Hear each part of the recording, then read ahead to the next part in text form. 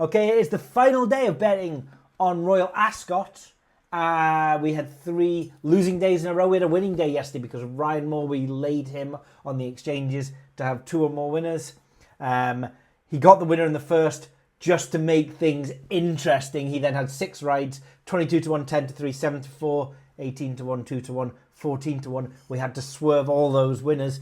He did come second in the 345, but we did swerve them.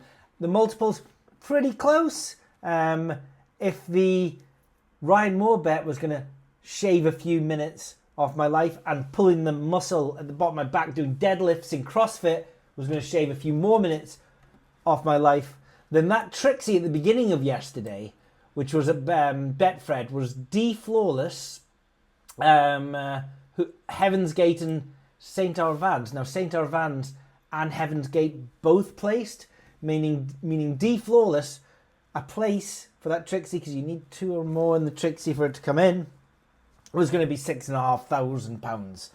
And if we thought we were flying into profit with £2,000 from the day before, that is a massive return. And just to make it interesting in that race, D Flawless was right at the front, not sure of winning, but right at the front for quite a lot of it. Unfortunately finished, I think, was it last? It was third last from, only behind Satwa and Zenjabila. Look, this is the nature of betting these multiples. He was 40 to 1, his SP. A 33 to 1 came second. A 28 to 1 came third. They were both value on the tracker. I could have easily have slotted one of them in. We are betting, or I have been betting at an average of about 28 to 1. So my place is going to be coming in on average more frequently than 1 out of every 5 races. So these close calls for 2,000 here and 6,000 there, they make all the difference. And I hope you can see that it just takes one of these to come in. And I'm going to put my profit loss chart up on this video here, and we can see that we've kind of been a little bit like that. But any of these extra horses coming in to complete the multiple would have just seen pretty decent profit.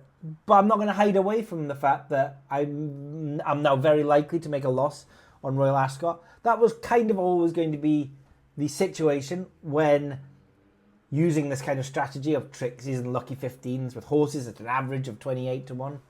And I don't shy away from the fact that I may be down at the end of this. Because, of course, as advantage players and professional bettors, we know and we accept that losses are way more common than wins. And so we've got to learn to experience them and accept them and get through them, because it's a fact of life in this game that you cannot win unless you learn how to lose. One of the worst things that can happen to anyone in this game is they have a big win early doors, because it sets this kind of false expectation.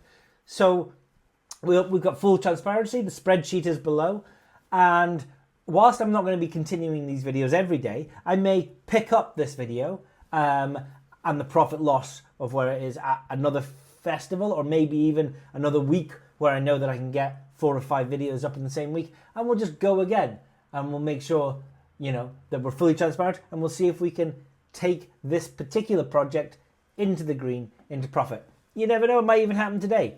What am I betting on today?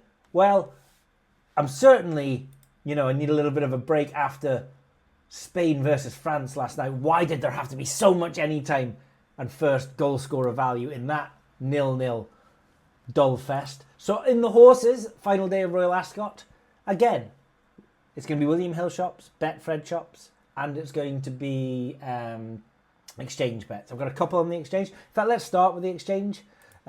So I have, and I'm already on, Ryan Moore, 2+ winners today. I am on that at 2.85. And Tom Marquardt, also 1+ winner today. Don't like having both of those, because obviously if Moore wins, he's taking opportunity away from Marquardt. So there's a little bit there that you need to consider. But I am on both. What did I get Marquardt at? I'm still actually waiting for Marquardt to go. Oh, he's gone for £3.68 so far. So he may or may not go, but the numbers will be in the spreadsheet if he does at 2.85. Both of those are backs today, so no laying today. The value in those two is in the back. There's a third bet on the exchanges. Don't make it value. It continues to finish in the top two in the 15.05. I think it's trading at about the right price for that. So ignoring that third one. On to the multiples. Right, starting at William Hill. We're going to have more multiples today than in any other day. Why? Because there's more value. And there's more value spread around more races, importantly. You see, one day could have a lot of value, but if it's all in the same race, there's only going to be one winner in that race. You have to be slightly careful about how you're staking that. Today, there's a little bit more value, a little bit spread around. So the first Trixie at Royal Ascot Trixie will be Juan Les Pins. I love that name of a horse. Miss El Fundi and Swing Along. That's the first Trixie. Then a lucky 15. Lucky 15. Va Fortino. Brian, Never So Brave, and Desert Hero. That's the lucky 15 at Royal Ascot. Then another lucky 15, but we're throwing in some other races at other race courses today because there is a lot of value around. So whilst we like Orazio at 22 to 1, 505 at Royal Ascot, we're going to be looking at Lingfield Redcar and Newmarket with So Sleepy, Stranger on the Shore, and Thunder Wonder. The fourth one at William Hill, lucky 15, End Zone, Defence Missile, Rainwater, and Kilt. They are all non-Royal Ascot horses. Sorry, Defence Missile is in the 230 at Royal Ascot. The other three are not. And the last lucky 15 is my final lucky 15 at William Hill. All Royal Ascot again. Jewel of London, 40 to 1. Dark Tornado, 125 to 1.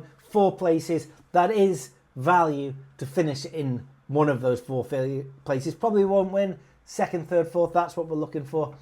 Al Bashir at 17 to 2, Washington at 8 at 12 to 1. Because I've got that massive 125 to 1 horse in there, I do make the decision then on the other horses just to bring those odds down. Look, we're not going to be living long enough to stick 4 100 to 1 horses into a lucky 15 to ride out the volatility of that in our human being lifespans. Going over to Betfred Shops, 4 over there. The first Trixie, Zelba Star at Air, Swiss Money at Newmarket, Brian again, 230 Royal Ascot. I'm making Brian a bit of value, so I'm on him a couple of times.